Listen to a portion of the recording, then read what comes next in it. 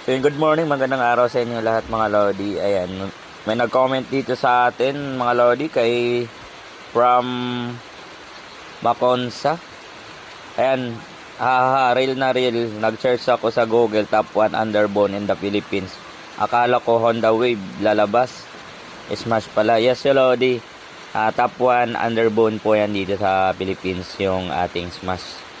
Suzuki Smash, ayan. So, yan ay isang patunay na isang natin, no? Smash user na top 1 underbone in the Philippines yan. Honda, hindi pa yung Honda Wave, ayan, ay Smash pala. So, ayan, shoutout sa ilaw din, no? Talagang nag-search ka pa talaga sa Google para lang malaman mo na top 1 underbone dito sa Pilipinas yung ating Smash. Suzuki Smash 115. Ayan, so shoutout sa lahat ng mga naka-Smash. Drive safe po lagi sa inyo lahat dahil medyo maulan dito.